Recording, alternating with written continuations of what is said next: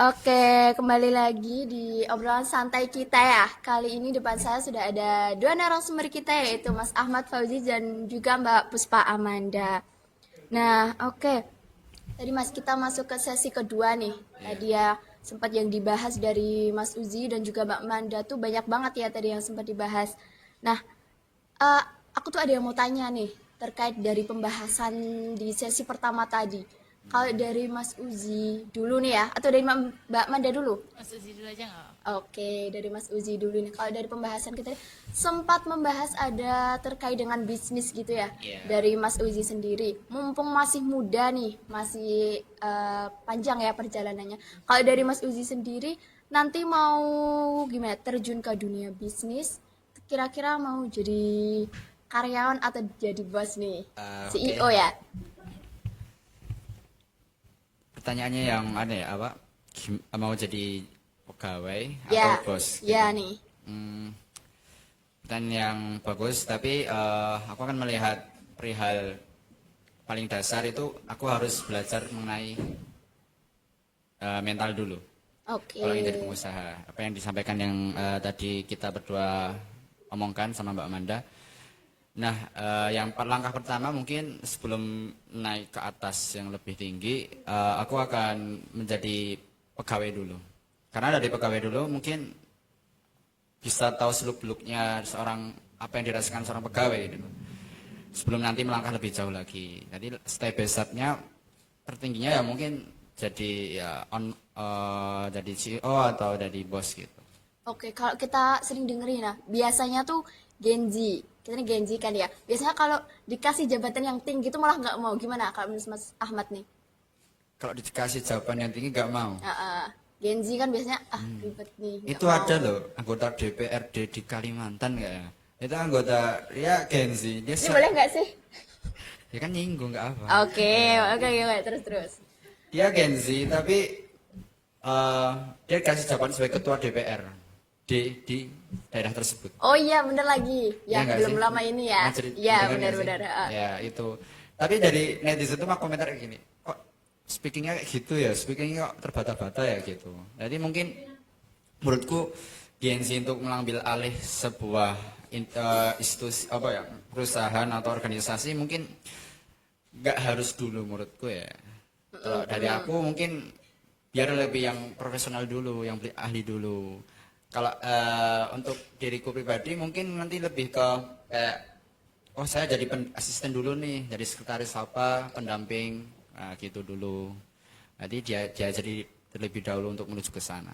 Oke, berarti justru itu sebenarnya bisa jadi pelajaran juga ya. Iya, Tapi karena netizen kan banyak ya, iya, jadi betul mungkin ada sekali. yang berkomentar negatif atau ini. Berarti kalau menurut Mas Ahmad tuh sebenarnya itu bisa jadi pelajaran ya, karena berarti Iya, bukti ya kalau Gen Z itu bukti sebenarnya bisa bisa dong ngambil jabatan sebenarnya. yang tinggi gitu. Tapi dengan eh, potensi yang mumpuni untuk mengambil alih itu. Itu pede dulu nggak sih? Iya, beda dulu, betul sekali. Bener ya, berarti Iya, pede dulu gitu ya. beda. Oke. Kalau dari Mbak Manda sini gimana Mbak? Apa? Sama dong. Kalau aku sih tergantung dia mau mau buka apa mulai dari nol sendiri atau dia mau ngikut orang lain dulu. Kan ada ya. Ada yang dia tuh aku mau ini deh jadi pegawai dulu. Ah, aku mau memperintis dari awal ah. Nah, ada orang yang yang dia tuh emang jadi pegawai dulu, belajar dulu gimana awalnya perusahaan tuh gimana sih bisnis kalau udah gede. Ada yang emang merintis dulu. Kalau buat Kenzi kebanyakan sekarang itu kan mereka pada merintis sendiri. Mereka punya ide sendiri, mereka punya inovasi inovasi sendiri. Nah, habis itu barulah mereka mulai bertahap, mungkin ajak teman, ajak saudara. Apalagi kan Gen Z itu aktif banget di sosial media ya. Nah, itu sih. Benar. Berarti dari sosial media ya kita bisa. Apalagi Gen Z sekarang tuh aktifnya di sosial media ya. Iya, bener banget. Oke. Nah, kalau ini Mas, Mbak Manda sama Mas Uzi, kita kan ada EICKBM, Iya, bisnis sama keislaman nih. iya. Kalau dari Mbak Manda sama Mas Uzi, bisnis tapi dalam konsep keislaman itu menurut kalian tuh gimana sih? Wow, itu pertanyaan yang cukup tinggi menurutku. Enggak, sederhananya aja. Sederhana Kalau aja. kayak bisnis, tapi kita Ah. tetap dalam keislaman kayak gitu loh. Oh iya iya. Yang dibahas tadi itu sisi pertama. Jadi apapun bisnis itu yang terpenting dalam Islam itu tidak melanggar hukum, tidak melanggar syariah yang telah ditentukan dan ditetapkan oleh Allah dan Rasulnya. Maka karena kan akan ketika bisnis itu secara Islami maka akan mendatangkan keberkahan, dan situ akan menjadi rezeki-rezeki dari bisnis yang berdasarkan dengan Islam tuh insya Allah akan sukses dunia akhirat. Oke. Gitu. Mau kasih hadis nggak ini Mas? Hadis, aduh, aja sih. Aduh, oke, nggak berani. Kalau dari Mbak Manda sendiri gimana Mbak? Kalau menurut aku ya bersama sama yang dijelasin sama Mas Ahmad tadi. Tadi juga udah sempat disinggung juga, ada contoh nyatanya di zaman sekarang ini. Tadi pengusaha ini ya Mas, peternak ayam itu ya? Iya. Yang 9 Eh, orang. bukan. Bukan. Bukan, beda lagi. Oke, oke. Ya tadi sempat aku kira itu. Terus juga itu juga ini dia kan melibatkan Allah juga ya. Juga tadi sempat juga aku singgung ada kalau mau belajar tentang hukum-hukum bisnis atau jual beli itu juga ada. Islam juga udah udah netapin aturannya. Udah bahkan kompleks banget sampai hal-hal yang belum kita pikirin aja tuh udah ada hukumnya dalam Islam. Oke. Ini udah ada yang merintis bisnis belum nih? Kecil-kecilan aja gitulah. Online, all shop udah. Dari Mbak Manda dulu mungkin. Aku enggak sih. Cuma dulu waktu aku SD sering banget aku jualan. Wis, SD nih. Iya, SD. Udah lama banget dong. Iya, Itu lama SD banget. masih piyik loh. Iya, Itu udah jualan. iya udah jualan. Boleh dong diceritain dulu Mbak Manda itu Boleh. gimana? Padahal dulu di SD ku tuh nggak boleh yang namanya jualan tuh nggak boleh. Jadi kita jualan di sekolah tuh nggak boleh. Nakal dong dulu ya. Nakalnya tapi nakal pinter. Oke, boleh. Oke, terus. Terus itu tuh waktu itu kalau nggak salah zamannya coki-coki yang ada kartunya itu. Ingat gak? Iya. Nah, coki-coki itu ibuku tuh suka beli coki-coki. Aku bilang, ibu aku juga mau, tapi mau tak jual di sekolah boleh nggak? Boleh, bawa aja. Udah aku bawa hari pertama. Aku bisikin dulu temanku, aku bawa coki-coki tapi mau tak jual, gimana ya? Oh ya nggak apa-apa, tunggu kosong. Siapa yang mau beli coki-coki sama Manda ini? Ada kartunya. Aku. Nah di situ aku mulai enak nih peluang. Apalagi modalnya kan dari ibuku. Iya. Ibuku bilang, udah itu uangnya buat kakak aja. Ntar kalau coki-cokinya kurang bilang ibu aja. Jadi kayak udah ada modal tersendiri gitu. Lama nggak itu jualannya? Lumayan lama. Kadang terputus. Tapi nanti kadang aku jualan lagi beda gitu. Sempat juga diingetin sama guru waktu itu. Besok lagi nggak boleh ya jualan di sekolah. Oh iya. Gini, kenapa itu tiba-tiba kepikiran banget buat jualan? Padahal kita SD harusnya masih jajan ya kita harusnya Mas. Jajan, beli jajan itu kenapa malah kepikiran buat jualan? Pengen aja.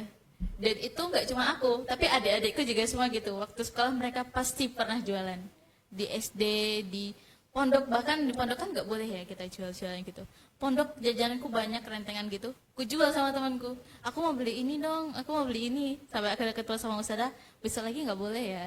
Tapi yaudah sih. Keren sih Mbak. Itu SD ya? SD. Kelas berapa itu kalau boleh tahu? SD kelas 3 pernah. Habis itu kelas 5 atau kelas 6 juga pernah. Itu jualan itu Iya. berhenti atau lanjut terus itu? Dari kelas 3 itu. Berhenti. Berarti awal mulanya kelas 3 ya? berhenti. Habis itu nanti ada lagi yang baru apa gitu nanti jual lagi. Tapi nggak lama banget sih. Is keren. Itu kelas 3 loh. Kelas 3 itu aku masih ini Mbak, manjat pohon belimbing, tahu ya belimbing? Oh, tahu. Nah, itu aku belum jualan, aku nggak bisa itu. Karena enak punya duit. Nah iya ya. Ada untungnya nggak tuh? Ada dong. Soalnya nggak modal ya gitu Iya, ya. nggak modal. Oke. Kalau dari Mas Ahmad ada nggak nih Mas bisnis yang udah dijalani sekarang? Ya tipis-tipis aja lah. Flashback mungkin waktu jadi pengurus pondok ya. Dulu pernah jualan es lilin. Nanti bikin es lilin di rumah, di freezerin di kulkas, terus saya jual di pondok. Alhamdulillah ya laku di situ. Keren. Itu kelas berapa Mas? Baru tahun kemarin. Oh belum lama dong. Belum lama. belum SMA. lama. Dan ini mau saya lanjut lagi. Oke. Jadi memanfaatkan pasar gitu loh. pasar di pondok pesantren kan banyak kebutuhan santri itu. Apalagi suka jajan, apalagi mie dan ciki-cikian gitu suka banget mereka. Yo, berarti belum lama ini, baru tahun kemarin dong. Bukan tahun kemarin, ya waktu sebelum aku masuk kuliah. Oke. Iya. Nah, itu berhenti berarti sekarang ya? Iya berhenti dan sekarang mau saya lanjutin lagi. Mau lanjut. Itu mulainya dari tahun berapa? Kau ingat ya? Ya mungkin 2024. 2024. Iya 2024 Oke. itu. Itu kenapa Mas Ahmad mutusin buat coba usaha bisnis es lilin itu tadi ya? Kan pasti ada doang alasannya, atau ada panas, seger nih minum es lilin kayak gitu. Ya karena nggak ada kegiatan aja sih. Terus ingin belajar juga, oh ternyata bisnis yang sepele kayak gitu bisa memberikan impact dan dampak yang signifikan tuh lah. Kayak gimana nanti koordinasi dengan orang tua, kayak bikin esnya, terus nanti gimana anak-anak tuh bisa istiqomah suka tuh loh terkait es yang telah ku berikan, kayak es lilin kacang hijau, terus dan lain sebagainya lah gitu mbak. Es lilin yang lilin ada. Es lilin-lilin. Heeh. Es lilin-lilin Gimana kok itu? keracunan kok mbak, kok Oh, es kok lilin dihujat kok lilin, soalnya iya. mbak, dihujat. Jangan viral dong nanti. Iya, keracunan kan banyak sekarang anak-anak SD itu loh keracunan tuh loh. Itu karena Ya karena sesuatu lah mbak. jangan ya, jangan. Jangan. Karena adalah Tapi Pak. es juga ada yang viral loh. apanya itu? Oh tahu nggak? Oh, iya, Es lilin yang es gabus terus dipukuli sama polisi TNI, tahu nggak beritanya sih? Itu Tapi kan faktanya itu beneran asli loh. pernah makan belum tapi Mas? Saya pernah buat. Pernah buat? Iya. Mbak Manda udah pernah belum? Belum buat aja nggak pernah. belum Tapi makan. tahu ya? Iya. Enggak. Oh enggak tahu. Tapi Tapi tahu coba Mas Ahmad. searching. Tahu es Tahu. gabus. Nggak mungkin kan itu dari gabus Nggak ya? mungkin. Tapi ya rasanya gabus sih. Iya cuma rasanya doang kan, Iya. bukan berarti buatnya dari itu. Nah, Nah itu berarti tahu ya beritanya itu ya? tahu. Ya sedikit miris lah.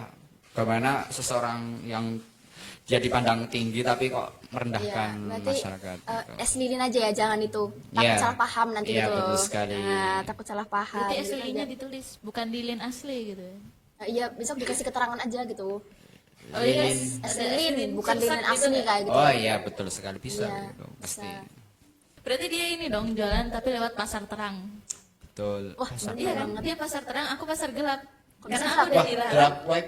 Oh Aku iya. udah dilarang tapi aku masih lanjutin. Oh. Tapi makanya temanku, kamu ada masih ada ini nggak? Masih mau berapa? Ya nanti di kamar. Bertentangan ini ya Mbak Arti. Iya. Gak apa-apa, tapi keren. Aku salut sih kalian udah berbisnis kayak gini. Berarti mau dilanjut lagi ya Mas? Ya insya Allah, insya Allah. Kapan nih kira-kira? Mungkin minggu ini. Keren, mau di sini Iya. aja. Iya.